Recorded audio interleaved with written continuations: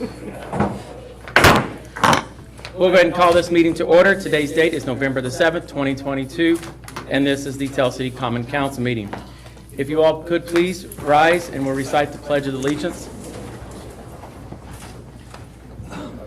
I pledge allegiance to the flag of the United States of America and to the republic for which it stands, one nation, under God, indivisible, with liberty and justice for all. Thank you all. You may be seated. Okay, first item is adoption of the agenda. Do you all have item E, pickleball court surface, on there under new business? Okay, I just want to make sure that was on it. It wasn't on the one that was sent out on Friday. It was missed. It was added today, and I just want to make sure you have the correct version. If there's nothing else to add to the agenda, I'll entertain a motion to approve. Motion to approve. We have a motion made by Philip. Here's a second. Seconded by Julie. All those in favor signify by saying aye. Aye. Opposed? Agenda stands approved. Next item is presentation of minutes for approval. Council, I've got like 4 sets here, so we'll just kind of do them individual because I know some of you may not have been here for a few of them. One that was just kind of missed was a special common council meeting on August 25th. Julie and John, you guys were not there at that one, so if you want to abstain, you can. It's up to you all. So that's the first one to approve. Is there a motion to approve? Motion to approve as presented. Motion made by Larry. Is there a second? Second. Seconded by Gary. Any further discussion? Hearing none, we'll call for a motion or call for a vote. All those in favor signify by saying aye. Aye. Opposed? Motion carries. And just remember, that was the one when we had it at the Perry County Courthouse, the joint one regarding the dispatch budget. The next one is from September the 6th, and you are all present for that one. So is there any questions on that? Oh, no, excuse me, you were not. Councilmember John Little was absent from the meeting. Sorry, John, you were absent from that one. Any questions? If not, I'll entertain a motion to approve. I'll make that motion. Motion made by Gary. Here a second. Second. Seconded by Philip. All those in favor signify by saying aye. Aye. Opposed? Motion carried. And John's abstained. September the 19th, this is your special one. You all were there. Okay. Any questions regarding the September 19th? And again, that was a special meeting. Hearing none, I'll entertain a motion to approve. So moved. Motion made by Philip. Here a second. Seconded by Larry. Any further discussion? Hearing none, we'll call for a vote. All those in favor signify by saying aye. Aye. Opposed? Motion carries. Lastly is your October 3rd meeting minutes. All were present at this meeting. Any questions? If there are none, I'll entertain a motion to approve. Motion made by Julie. Do you hear a second? Seconded by Larry. Any further discussion? Hearing none, we'll call for a vote. All those in favor signify by saying aye. Aye. Opposed? Agenda stand approved. Next item on the agenda is next item on the agenda is your comments of citizens. If there are any citizens that'd like to make any comments other than items that are already on the agenda, please step up to the microphone, state your name and address for the minutes, please. Okay. Hearing none, we'll move on to committee and ward reports. First, we'll start with Larry Kleeman, Ward 1. No report. Okay, we'll move on to Ward 2, Julie Koner. Did attend the LEPC meeting last Monday, but there's nothing to report. And for beautification, I'm sure you already know, but the chili cook-off was canceled. It'd have been a windy day for it. Yeah, actually, that's pretty good. Yeah, worked out. Christmas in the Park is still, all is good, and that is Saturday, December 3rd, 1 to 4, the parade starting at 4. Okay. That's all. All right, thank you, Julie. Ward 3, Philip Simpson. The leaf collectors are working hard, it looks like, so. They're doing the best they can. They've had some residents verbally and you'd almost say physically assault them at this point, throwing rakes and using pretty vulgar language. Pretty rough on them. Just be kind, everyone. They're doing the best they can, and they're trying.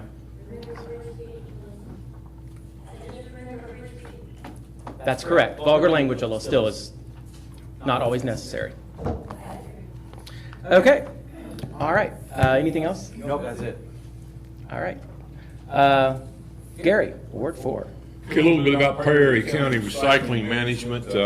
We now have a functioning advisory board. I think there's about 4 people on that board now, and they've met once, possibly twice. So it's good to have that additional input from those folks. The commodities are going down, but that's, based on supply, demand, and what the Chinese are doing and everybody else. So commodity prices are down a little bit, but we were told that actually our volume is up. So we're taking in more cardboard, for example. So our income is about the same because we're simply selling more of it, even though the price is lower.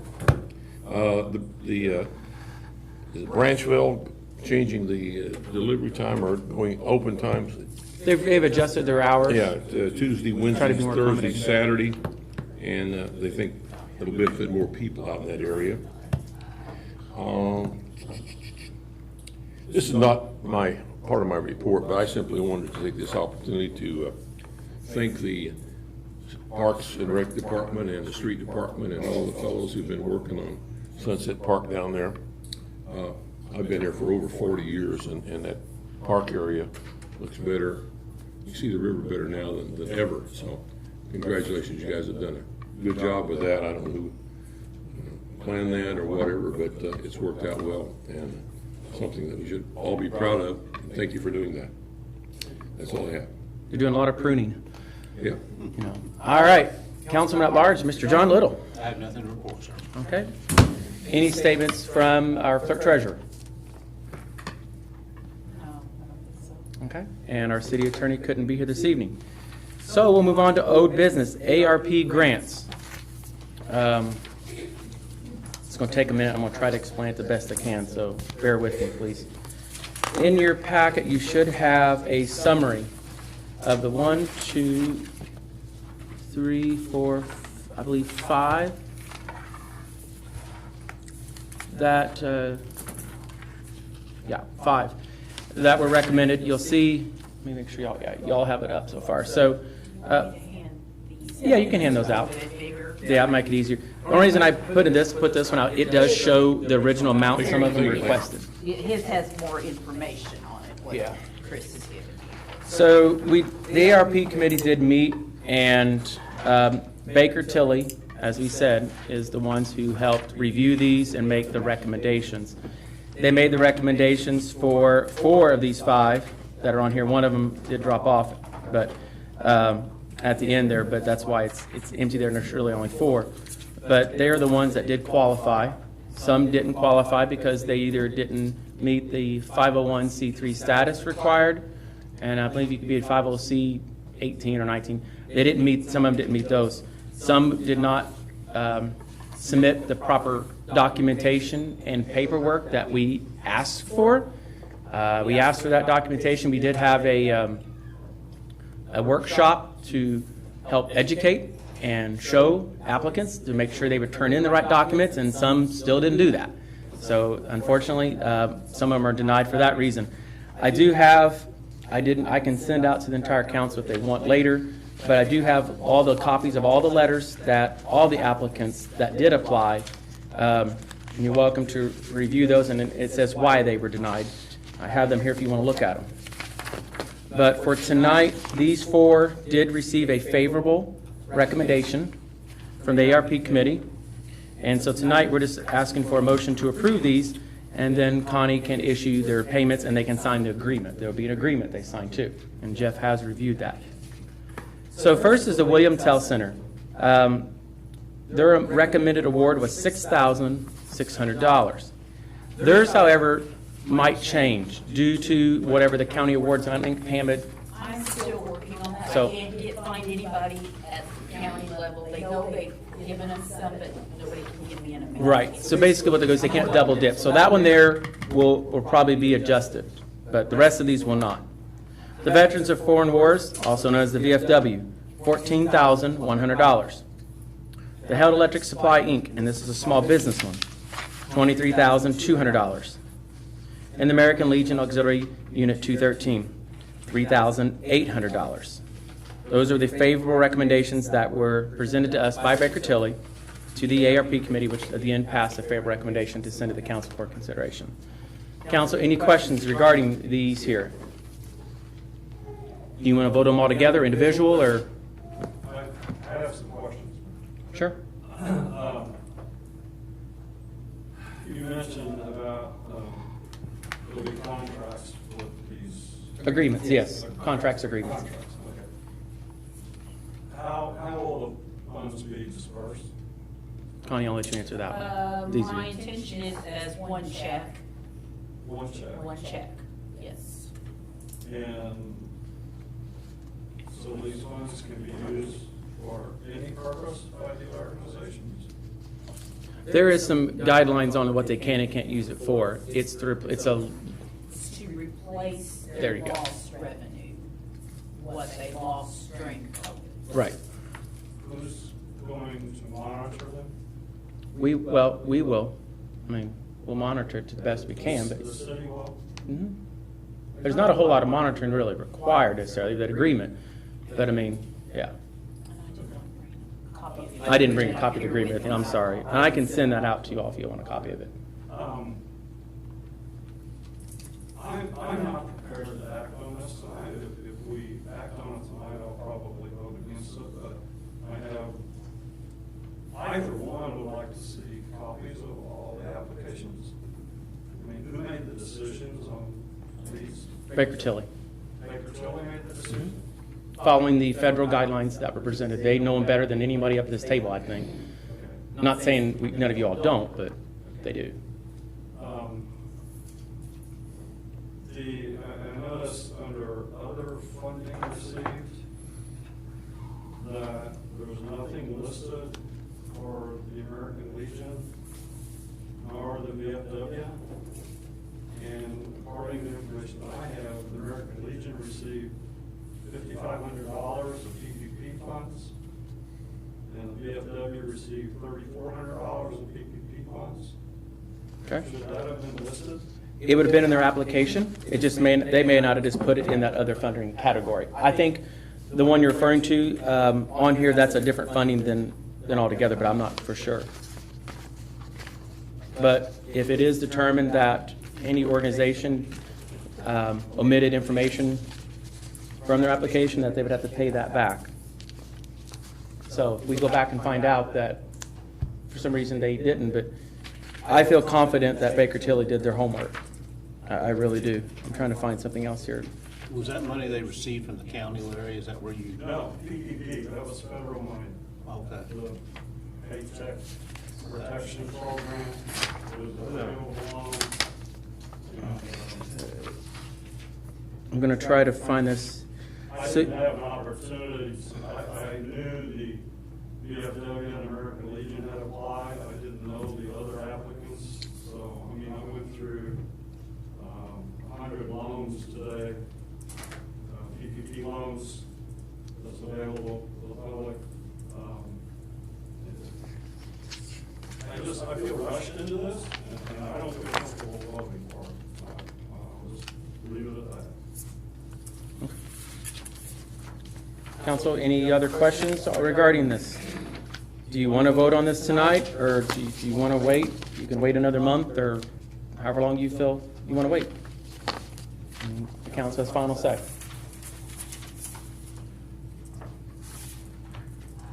Really not sure where to go with this. I mean, if you all have your questions answered, you can wait if you want or whatever. It doesn't matter.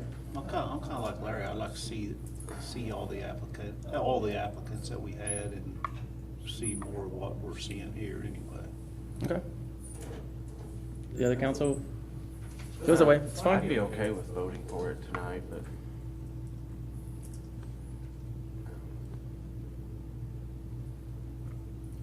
Out of respect for them, I would wait. yeah, I mean, we can. I'll make a just, motion, we suspend voting on this till next month. Okay. We have a motion made by John to basically table it. Is that what you're saying? Yes. For now? Till next month? Okay. Good. Motion made by John. Do you hear a second? I'll second that. Seconded by Philip. Any further discussion? Hearing none, we'll call for a vote. All those in favor signify by saying aye. Aye. Opposed? Motion carries.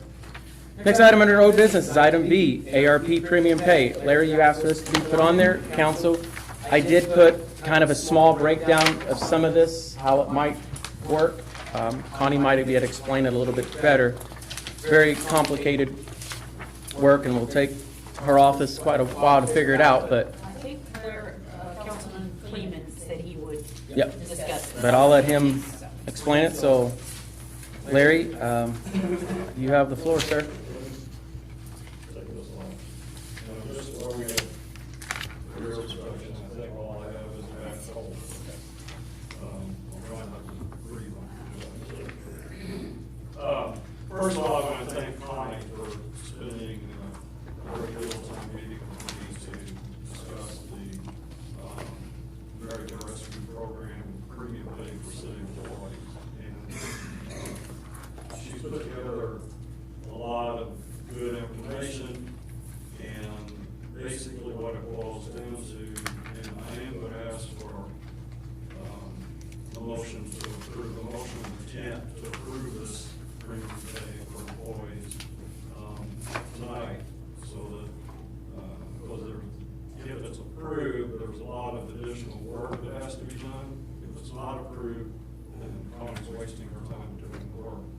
So, what it boils down to is that initially, I had proposed $1,000 stipend for full-time city employees and $500 stipend for part-time city employees. And, when we found out you can't pay a stipend, it has to be an hourly wage.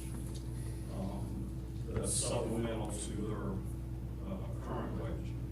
And the criteria is you cannot exceed $13 an hour, nor $25,000 maximum annual compensation, in addition to what they're earning. Okay, so let's say, for example, somebody's earning $15 an hour, we couldn't pay premium pay more than $13 an hour, so their total wage would be $28 an hour. Okay. We're not proposing anywhere near that. What we're proposing, and again, our employees, our salaried employees, we have actually two different classifications. Connie, if I say anything wrong, correct me, please. Yeah, so far, Some of the employees work a 40-hour work week, and some of them work a 37.5-hour work week. Okay, so, what we did is, we just divided that $1,000, by 2,080 hours and rounded it up, and we came up with a premium pay of 50 cents an hour, okay? So that's what we came up with. So, and again, initially, we were thinking that could be paid as a lump sum, it cannot. And the calculation that has to be made, because this premium pay can only be paid on hours worked. So, and this chart is in your thing. For example, if somebody was working a 40-hour work week, 2,080 hours during the year, then Connie has to subtract the vacation hours, the personal hours that they may have taken, the sick leave hours they may have taken, and the holiday leave hours that they may have received, to come up with the total hours actually worked. And that's the figure that would be applied times 50 cents an hour to come up with the premium pay amount. So what I am proposing is the 50 cents an hour for all city employees who are employed as of December 31st of 2022, for hours worked during 2022. I'm excluding the mayor, I'm excluding the clerk treasurer, the council members, and the city attorney. We're still a little bit uncertain about the police reserves and volunteer firefighters. Initially, I had included those folks in the calculations, but we're still a little bit unclear on those two groups of, if you will, volunteers. can't tell you at this time how much it will cost, but I'm confident it will not exceed the $107,000 that I had initially requested, and probably less. But we can't come up with that figure until after December 31st, and then Connie can do the calculations. And because she's extremely busy on year-end stuff, she's asked that she can't do it until the month of March, so that third month of the first quarter. So hopefully, the calculations and the payments can be made this coming spring in 2023.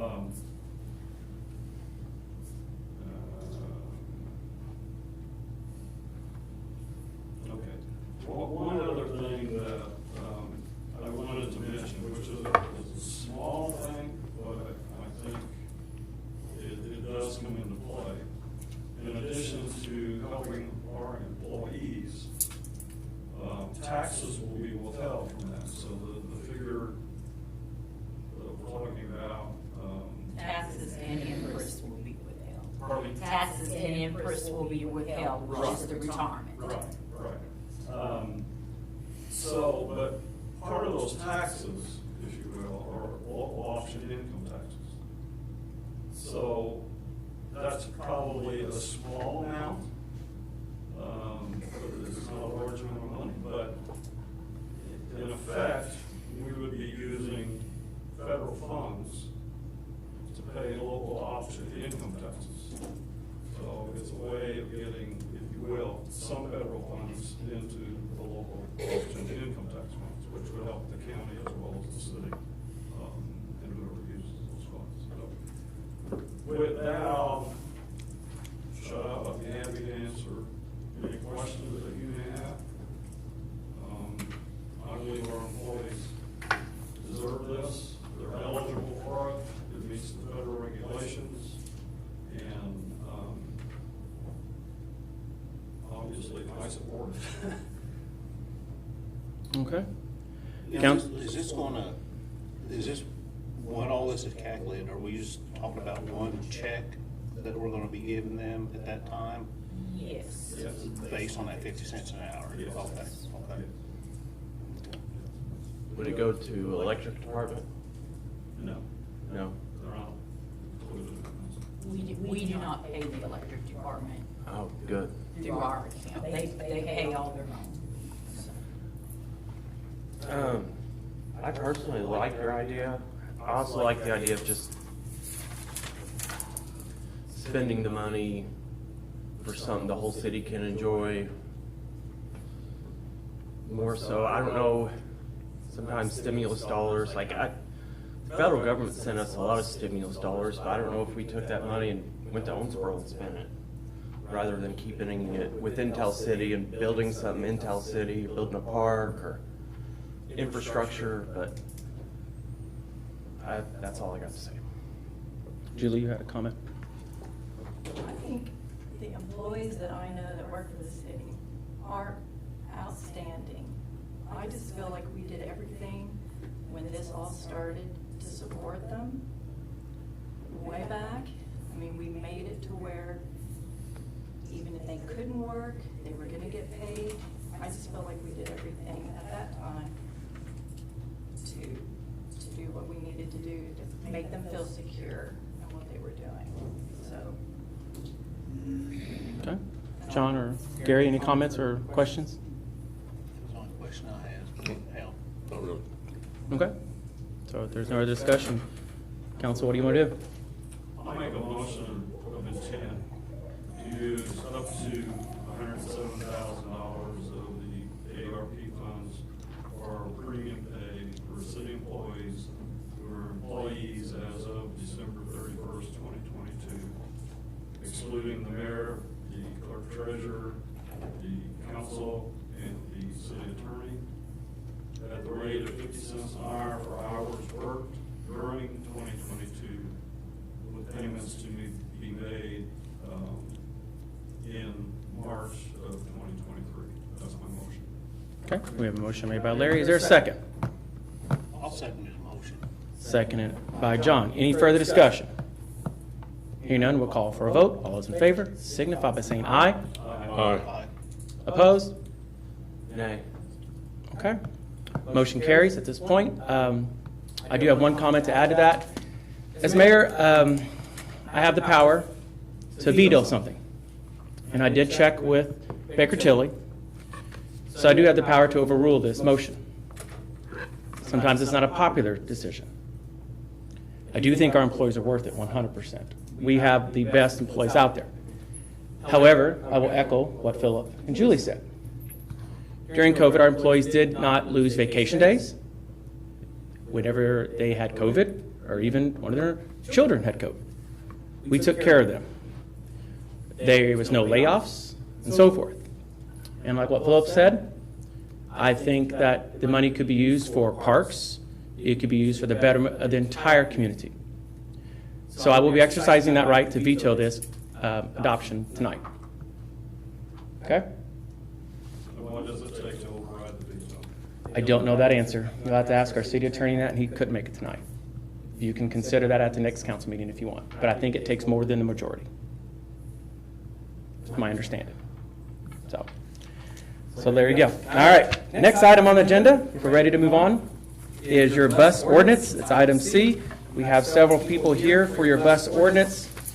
Let me get my stuff ready for that. And this was ordinance number 1193 is what was read at the last meeting. I'm just going to allow the council to kind of discuss this first up here amongst themselves. And are there any residents of Tell City that would like to come up and speak? Come up to the microphone, state your name and address for the minutes, please. I would ask that you try to be professional about it, if you could.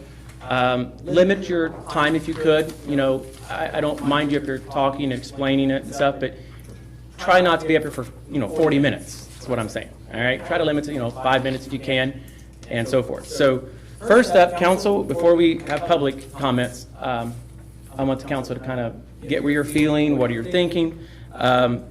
Like I said, ordinance 1193 was what was read at the last meeting. We had the first reading in its entirety.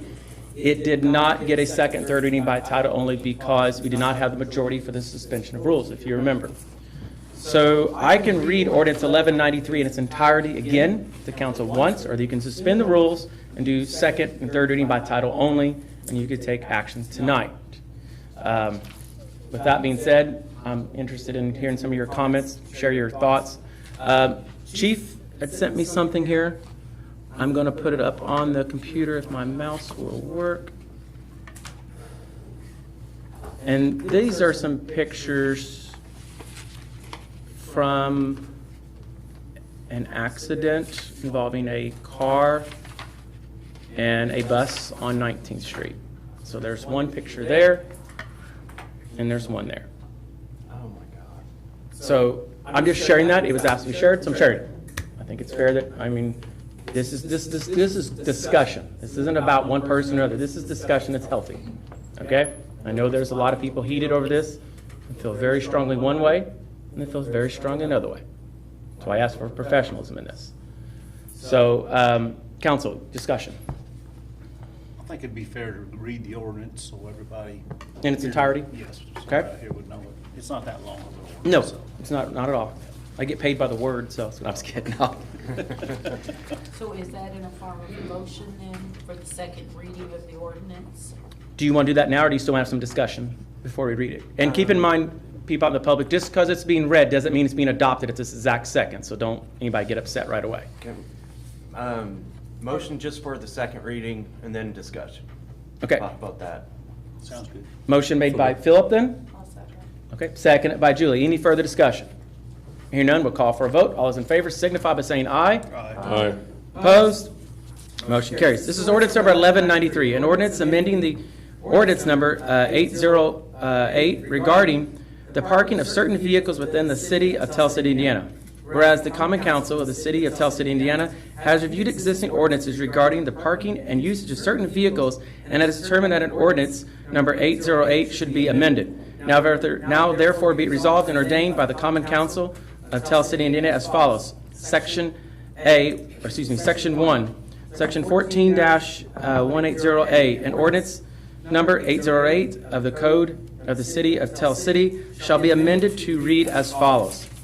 A, the purpose of this ordinance, commercial self-propelled vehicles, means any vehicle in, upon, or by which any person or property is or may be transported upon a street or highway which contains its own means of, I can't read that word, propulsion, there you go, and is engaged in commerce. Said definition shall include privately owned school buses operated on a contract basis on behalf of the school corporation. Next paragraph. The parking of commercial self-propelled vehicles in residential zone districts shall be prohibited except that one commercial vehicle of not more than 3 tons capacity may be parked on any lot in which there is located a principal building, provided, however, such a vehicle is parked in an enclosed garage, accessory building, or rear yard that is used by a resident of the lot on which the vehicle is parked. This shall not be interpreted to prohibit commercial vehicles from temporary loading and unloading in any residential district. Third paragraph. The owner of any such commercial self-propelled vehicle found to be parked in the residential zoning district in violation of this provision shall be subject to citation and fines for herein. Section B. In the event that the owner of the commercial self-propelled vehicle wishes to park such vehicle in the residential zoning district, the said owner shall apply to the Tell City Board of Public Works and Safety for a permit specifically allowing such parking. Any application for such parking must be identified the specific location of such proposed parking and indicate the time of the day and duration of the said proposed parking. The Board of Public Works and Safety shall seek advice and comments from the Tell City Police Department regarding any such application and therefore approve or deny said application on a case-by-case basis. There shall be no fee for any such parking permit if approved by the Board of Public Works and Safety. Section 2. In all the respects to ordinance number 808 shall remain in full force and effect. Section 3. This ordinance shall be effective from and after its passage by the Common Council, approved by the Mayor of publication as required by law, passed and adopted the Common Council of the City of Tell City this blank day of blank 2020. Chris Gale, Mayor, attested. Connie A. Berger, Clerk Treasurer. So, Council, you've had the reading of ordinance, the second reading of ordinance 1193 in its entirety. You can suspend the rules for third reading by title only. We can have discussion. All ordinances for it to be adopted, or at least considered to be adopted, have to have 3 readings.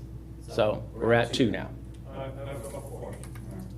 I'll do my best to answer them. Okay. Just so you know. Not- I see where this applies to school buses.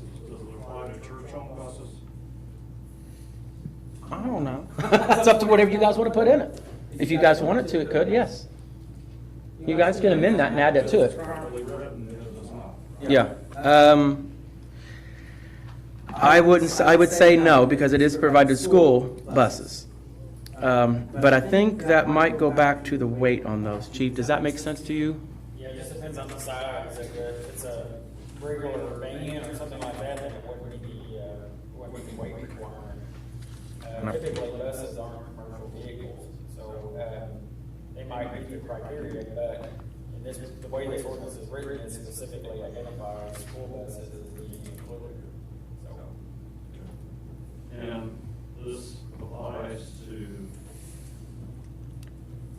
any of, and again, it's a question, does this apply to any of the 3 residential classifications? Whether it's R1, R2, or R3, it applies to all of those 3 classifications of the current zoning. I can't answer that. I'm sorry. I would say it probably would, but I can't say for certain. Chief, Connie, any thoughts on that? I would say residential. No. So it doesn't apply to commercial or manufacturing or whatever our other zoning classifications are, correct?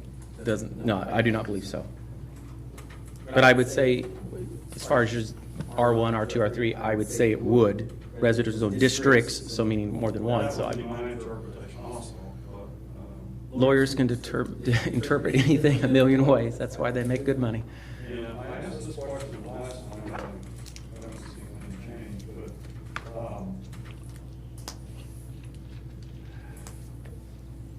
should the word unattended be inserted there? For instance, if we have a school bus come into town for a sports event or something, and they're dropping off players, and it's just gonna be there for an hour or 2 hours or something. I mean, are they gonna have to get permission to do that if it's in a residential area? I'm not even sure how the area around Legion Field is zoned. That would be the most prominent location, I guess. Well, Larry, I can answer your question, maybe. Paragraph 2, Section A. This shall not be interpreted or prohibit commercial vehicles from temporary loading and unloading in any residential. So I think that might, I'm not, again, how you interpret it, I think that would cover it, yeah. but. Counsel, Larry, did you have any more comments? I don't, other than, well, I guess I do. I wish this could have been resolved by the folks involved. It's disappointing to me that it hasn't been, but, and I just hope we don't have to get on having a series of ordinances adopted to resolve what I consider to be neighbor disputes. But that's just me. I'm disappointed it hasn't been resolved, but I have no other questions about the ordinances. Julie or Philip, any comments? I support it. I did last Yeah. time also. I just feel they gave enough information at our last meeting. Just for doing this, I agree with Larry. I wish it could have been resolved in a different way, but it hasn't. It's been going on for, I think there's been questions about it for years. So I feel like it would be a good thing for us to go forward with. Okay. I feel like the public safety issue, since people are backing out of their driveways and they can't see down the streets, I guess that kind of, public safety is big, so that's all I got. Okay, I understand. Gary, any thoughts or concerns, or John? I'm just kind of going around the room here and just let you all say your piece if you have it. Well, I kind of agree with what Larry said there, that, you know, as a city, we would hope that when issues arise, that our citizens can sit down and say, hey, can we come up with a doable plan? It looks like in this situation, that has not been able to occur, but, you know, we have a lot of ordinances, and if we have to settle every dispute in every block, we could have a whole lot more. I mean, so if it's needed to solve a problem, I guess then it's needed. Thank you, Gary. John, any thoughts? I mean, you just kind of, you mentioned something a little bit earlier, but, Yeah, I don't have any more comments than what I've already made. okay. All right, council, if it's okay, I'd like any public, if you have any comments, I'll allow you, like, step up to the microphone, state your name and address for the minutes, please. Try to limit your time if you could.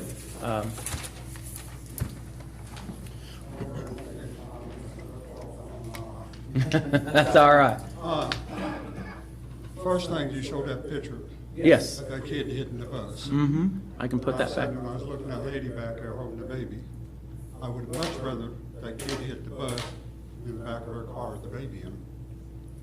I mean, something to think about. Okay, now what y'all are trying to do, as you know, fuel and everything's went up. The school will not give him any more money for fuel, so he's on the edge of losing everything. And if you move the buses, then they'll have to pay the drivers to drive to the buses, which will be more expense. Okay? I don't know. I think the thing that makes us mad is that the couple back in. Because for some reason, the city want to look at it, have a bus sitting out there. But yet, they go out there, they kick cameras on my son. When he's working on the buses, they come out there one day, both of them and watched him work on the buses. You know, that's about a harassment as you can get. You know, that's taking it personal. They done it. Don't sit there looking at me funny. So, I mean, this is stuff we're going through. You know, but yet, you're taking a chance of breaking a guy, causing him losing 6 buses, just over one bus being parked with one lady that wanted to see it. It comes down to that. You know. And everybody thinks, in fact, I got this sent to me, and I won't tell you who sent it here. She's taking the buses is in the way of seeing things, but yet she parks a car like that on her own side of the street. Now you think of some kid come driving up that street on a bicycle, before they could see if any traffic's coming, they would already be out in the street. You all take that into consideration. Well, you think it's funny? No, I don't. Well, then why? Why you keep laughing about it? I'm not laughing Okay. at you. Let's just try to keep this civil, please. You know, Okay. one person's complaining, they want to cost the guy his job. You know, I mean, it just doesn't make any sense to me. As you know, if you was, I told you before, if you was one up, the school would not give him an advance.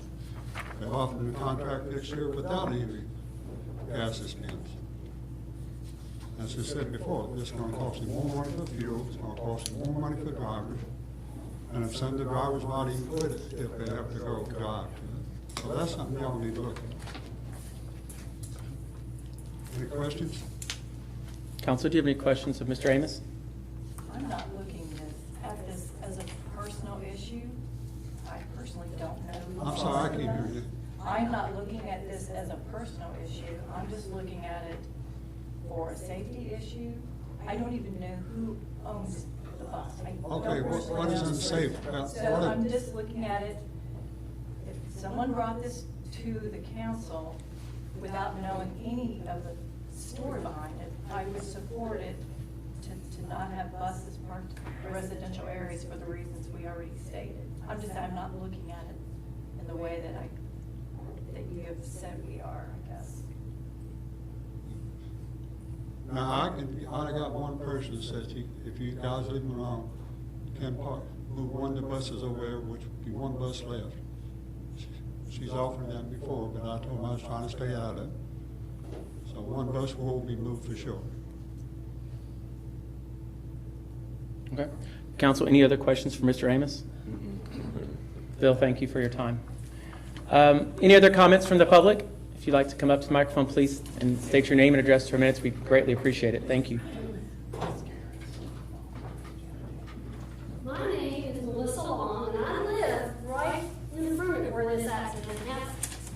Oh, This was okay. taken from my front doorstep. Pass it around, look at it.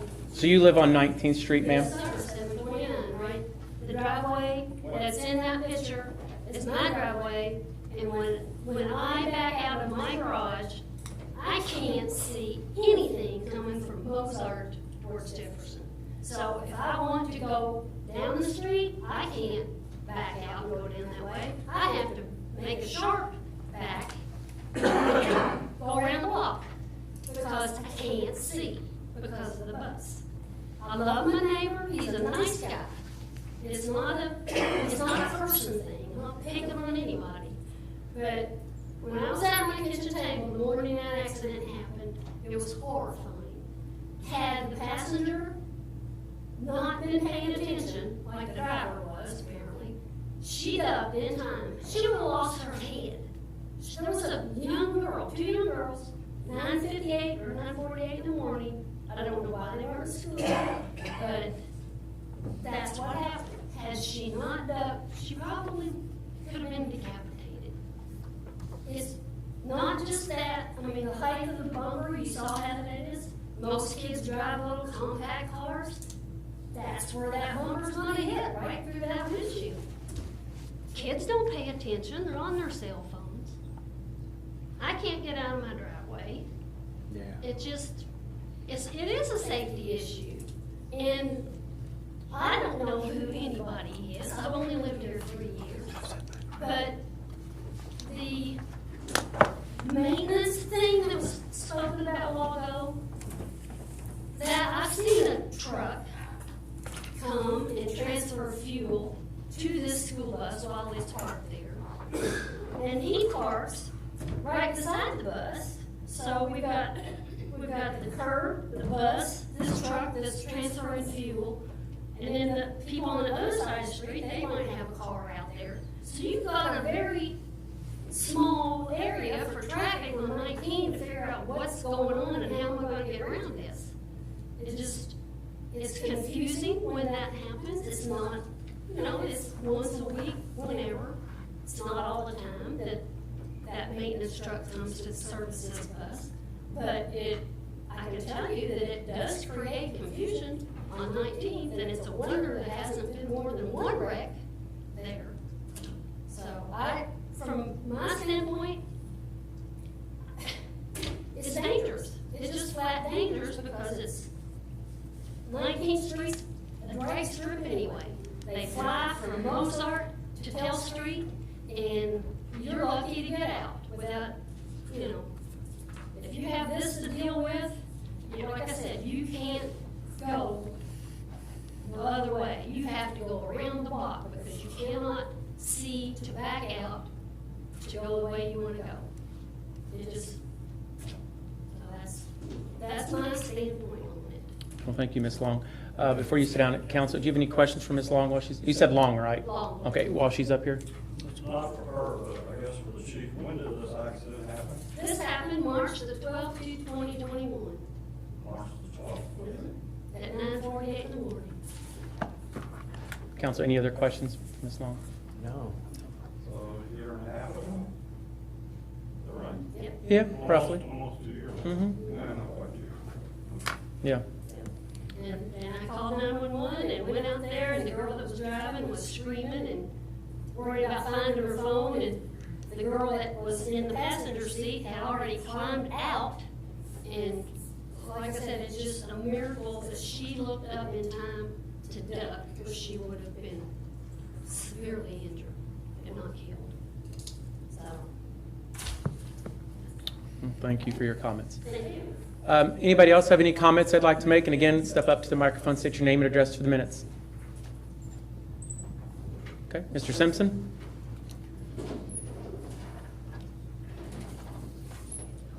And again, we ask everybody, just like I said, try to stay calm the best you can. So I want this to be a good civil discussion. It's almost impossible sometimes, but I really want to try to keep it that way, so I appreciate it. All right, my name's Jeff Simpson, 902 30th. And I'm not trying to put anybody out of business here. All I've ever been asking for is that residential areas have some quality of life and quietness. Buses run in the morning for 15 minutes every morning. Our kid was sick last week, and the bus fires up first thing in the morning and sits outside and runs for 15 minutes. Buses are just dropped off there. The drivers don't live in the neighborhood. They're left there for long periods of time. They're fueled up there about once a week. Worked on if needed. That's fine, whatever, but this is a residential neighborhood, not a commercially zoned area. And they're all parked on a city street next to a city park. The best place for these things would be on their own parking lot somewhere or at the school, and the school has offered room. And that's not gonna cost any more fuel than to park them at the school. This is a safety and quality of life issue. As tax-paying city residents, we shouldn't have to deal with this over and over, day after day. The city council has an opportunity to do the right thing and stand behind taxpayers and city residents. Without an intervention, they're not gonna move. Questions for Philip, or excuse me, not Philip, Jeff? Any questions for council for Jeff while he's up here? No. Okay, all right, sorry. Thank you, Jeff. I don't want to make sure nobody had any questions to ask. Thanks for all the comments. Any other comments? Name it. You'll be able to in a minute. I had a lady just raise her hand up right behind you, so if that's okay. Ma'am, if you want to step up and just, like I said, state your name and address, we'd appreciate it. Thank you.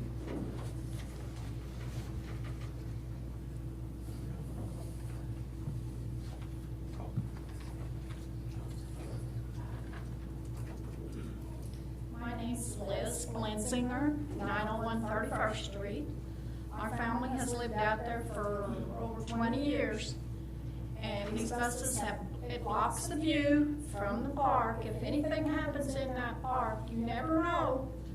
Pedophiles can walk in there, grab a kid, and you can't see what's going on. We sit in our yard, and you can pretty well watch what's going on over there. But when you got them buses sitting there, you cannot see over there. Plus, kids are riding their bicycles out there. We had a family just moved in, has little kids, and it scares me to death because we watch out our picture window. These little kids just riding real fast and coming out there, and I'm scared to death one's going to get killed out there. Plus, you got them buses sitting over on the corner. These buses could be parked on the other end of the block. There's nothing down there. You know, and I don't understand. You're just talking about down there, there's woods down there. Park them down there. They wouldn't be blocking anybody's view. So that's just all I have to say. And, you know, we thought this whole time we've lived out there. You know, Carl goes out and sits in the yard to watch the Purple Barns, and you can't see the park. You know, so that's just all I've got to say. Council, any questions for Ms. Blenzinger? Thank you, ma'am. Mr. Amos, you had some comments. If you want to step up to the microphone, please.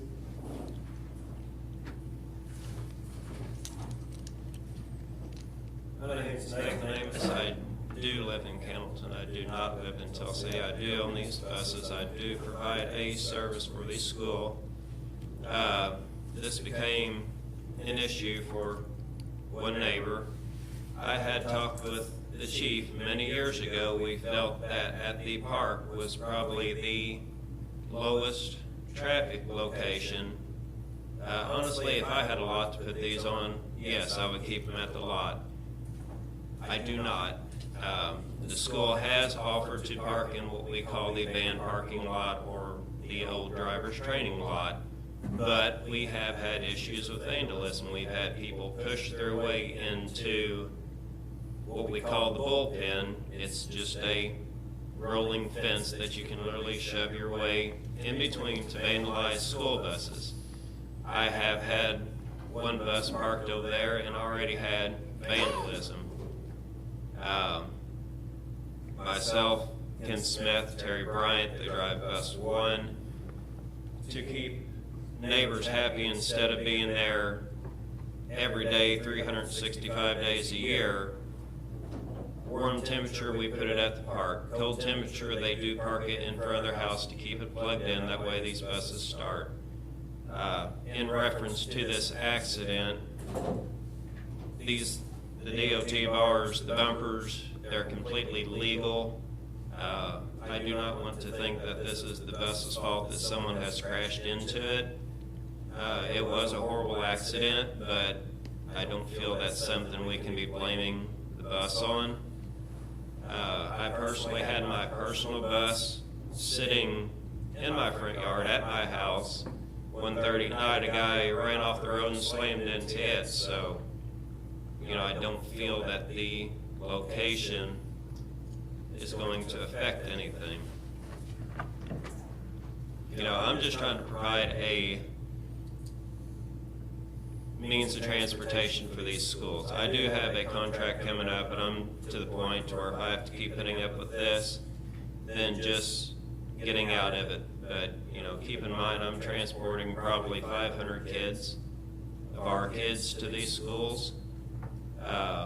For instance, there's a bus on Tell Street. She said if I have to move that, then she's likely going to quit because she don't want to have to warm up a vehicle and then go somewhere else and get the bus warmed up in order to take off when she can go outside, start it up, stay in a warm house, and then go. I am doing my best to keep these drivers happy, to keep these buses moving. If I have to put them somewhere else, then I have a feeling I'm going to be calling our superintendent saying, look, I don't have drivers because they're not happy that they can't keep their buses in front of their house.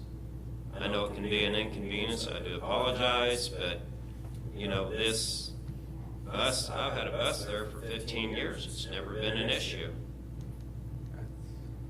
Actually, I don't recall call that it has. I mean, let's be honest, Mr. and Mrs. Blenzinger, our neighbors complain about your garage. I mean, what's next? Are we gonna Okay, have let's, the ordinance to with our- all due respect, Mr. Amos, let's try to stay on the topic that we're here to discuss Well, today, I which mean, is the we're buses, pushing- not somebody's garage. But we're allowing ordinances because a family doesn't like it. I mean, what's Well, we have next? ordinances on garages right now, so that Right. there is a pole barn ordinance, but let's just, like I said, let's stay on task. You know, I'm just trying to keep these buses going. We're already down one driver, and I'm afraid that we're gonna be down more, and then we're gonna have a lot of people that don't have transportation to get their kids to school.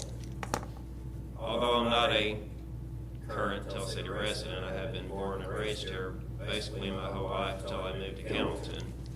And I do pay a fortune in taxes and everything else, so I guess by all rights, I am a city tax-paying citizen. I mean, you know, and all that, all the other aspect. But regardless where these buses are sitting, we can't control people and their driving and everything else.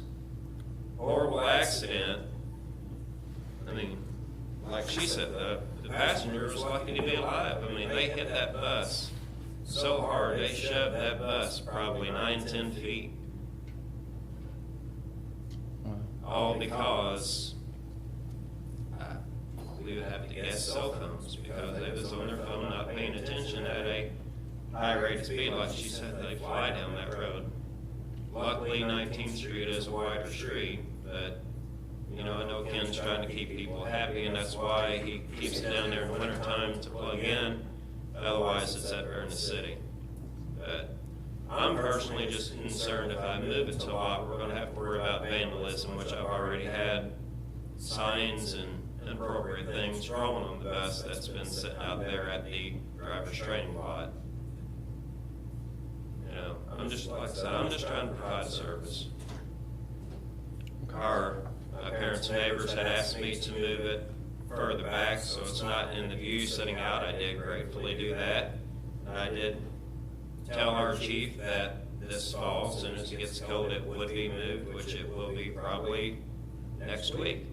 He said he felt that was fair. I am working on trying to find a enclosed area to keep these more secure, but at the same time, I'm worried that drivers can't keep them at their house for a convenience. Talking about fuel, yes, I go around and fill them up. I don't know any other way of doing that. You know, I just do anything I can to make it easier on the drivers, to keep everybody happy, and, you know, get these kids safely to school. Okay. Council, do you have any questions for Mr. Amos? Okay. Thank you, Mr. Amos. Thank you. Any other comments at this time? Karen, if you could please come up and.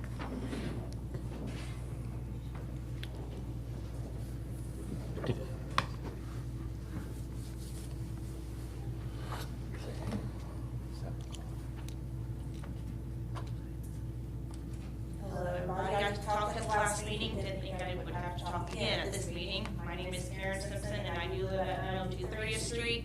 I know Mr. Amos, who is the county resident, mentioned about the convenience of these bus drivers and about how they do come out to our residents because it's convenient for these buses to be parked there. Well, it's not really convenient for the residents in the neighborhood. Especially, you know, with our sick kid that we had last week, hearing it at 6:45 every morning, start out in around 15 minutes was really inconvenient for us. I know before one of your last meetings, you had talked about redoing the park at Joe Schaefer Park, adding a new playground, and that would happen to be in the corner where those buses are parked currently. How is that going to be safe when it comes to those buses being parked there and kids wanting to play? Where are the parents who are planning to take these kids to the park? Where are they going to park when you got school buses taking up parking spots? You know, I hate that it had to come down to this point with the residents, but this was the only way. And it